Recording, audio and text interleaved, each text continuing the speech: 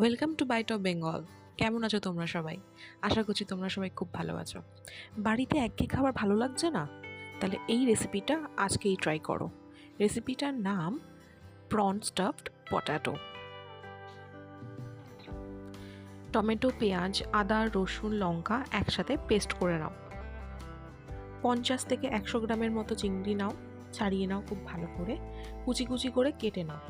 দুভাগ করো, একটা ভাগ রাখবে স্টাফের জন্য, একটা ভাগ রাখবে গ্রেভির জন্য। মিডিয়াম সাইজের 5খানা আলু নিয়ে ভালো করে ছাড়িয়ে নিয়ে ভালো করে হোল করে নাও। হোল করে নিয়ে ভালো করে পরিষ্কার করে নুন আর হলুদ মাখিয়ে তেলে ভালো করে ভাজো, লাল লাল করে। আলুর ভেতরের অংশ আর চিংড়ি মাছকে ভালো করে পেস্ট করে নাও। এখানে আমার আলু ভাজা হয়ে গেছে। এবার আমি ভাজবো হচ্ছে স্টাফটা, যেটা আলুর ভেতরে দেবো চিংড়ি মাছ আর আলুর পেস্টটা, তার মধ্যে নুন, হলুদ, মিষ্টি আর ধনেপাতা দিয়ে ভালো করে ভাজবো যতক্ষণ না ময়েশ্চারটা চলে যাচ্ছে। এবার ভাজা আলুগুলোর মধ্যে পুরগুলো ভরতে হবে আস্তে আস্তে, বেশি ভরবে না, কারণ গ্রেভিতে দেওয়ার পরে আলুগুলো ফেটে যেতে পারে। একে একে পুর আমার ভরা হয়ে গেছে।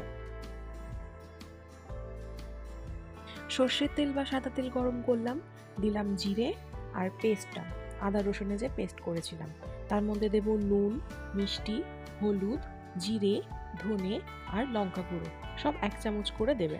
গ্রেভি তৈরি করার সময় নুনটা একটু অল্প দিও, লাস্টের দিকে অ্যাডজাস্ট করে নিও। খানিকক্ষণ দাঁড়ানোর পর দেব কাসুরি মেথি আর দই। দই দিয়ে ভালো করে কষাবো যতক্ষণ না তেল ছাড়ছে।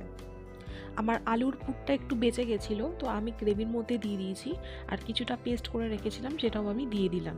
দিয়ে ভালো করে কষাতে হবে প্রায় 5 থেকে 10 মিনিট। দেখো কি দারুণ কালার এসছে, তেলও ছেড়ে দিয়েছে। এবার আমি আলুগুলো আস্তে আস্তে দিয়ে দেবো, আর খুব সাবধানে নাড়াবে যাতে স্টাফডগুলো বেরিয়ে না যায়। এবার 10 মিনিটের জন্য ঢেকে রাখো লো ফ্লেমে, একটু জল দিয়ে। পরে এবার গরম গরম ভাত, পরোটা, লুচি, কুলচা যা ইচ্ছা তার সাথে সার্ভ করবে। এই রেসিপিটা ছুটির দিনে একবার বানিও, যে কোনো অনুষ্ঠানে, জন্মদিনে এই রেসিপিটা একবার ট্রাই করো। ভালো লাগলে লাইক, কমেন্ট, সাবস্ক্রাইব করতে কিন্তু একদম ভুলো না। আসছি আজকে, টাটা।